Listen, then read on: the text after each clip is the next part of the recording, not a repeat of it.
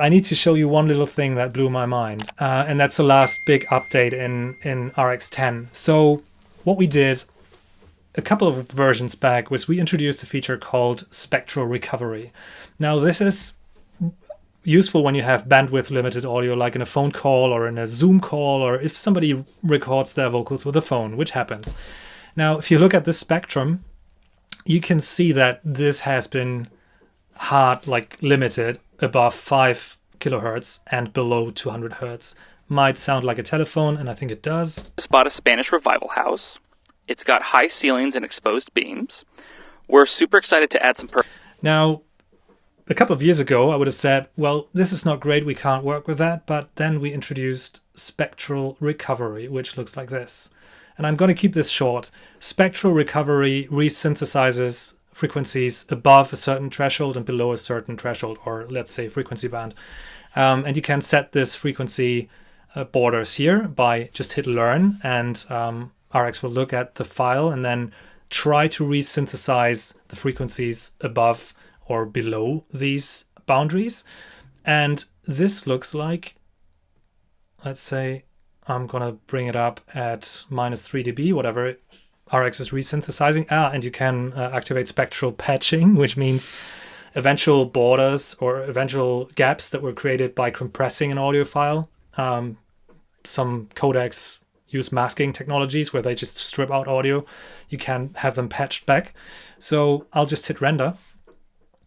And what happens now is RX is imagining how the vocals could sound like here and there.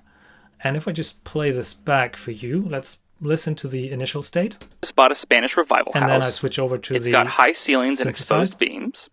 We're super excited to add some personal touches. We really love the house, but we're stuck on what colors we want to use for each room. Again, not from the front, from the top, like My wife and I just this. bought a Spanish revival house. It's got high ceilings and exposed beams. So We're cool. super excited. So this is awesome, but it's not perfect. I mean, we don't pretend you can fix everything, but it makes this much, much more usable. Also, I felt like the upper frequencies were overdone a bit. So I'm going to, just drive them back for 2 dB and just try it again. Maybe that was too much. And I figured sometimes if you add an EQ afterwards, because sometimes the resynthesis sounds a bit artificial. Spanish revival house. It's got high ceilings and exposed beams. We're super excited to add some personal touches. We really love the house, but we're stuck on what... But I think we can agree that it sounds much, much more usable and better. It's night and day. I also found, Chris, that using the Spectral DS, because when you adding those upper frequency or that upper frequency content, it's really the sibilance that's sticking out and is the part that is not as smooth as the rest.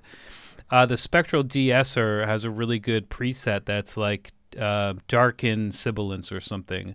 And I tried that on top of reducing the gain on the upper frequency band for the spectral recovery, and it really helped tame those. Yeah.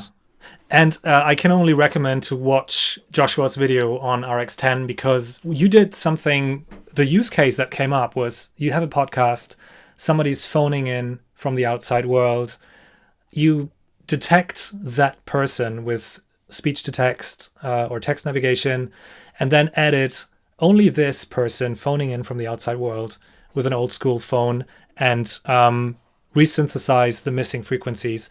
And it makes the podcast much more enjoyable to listen to and much easier to understand. So I thought that was brilliant. Props to you. And I can just recommend everybody to watch your video on RX10.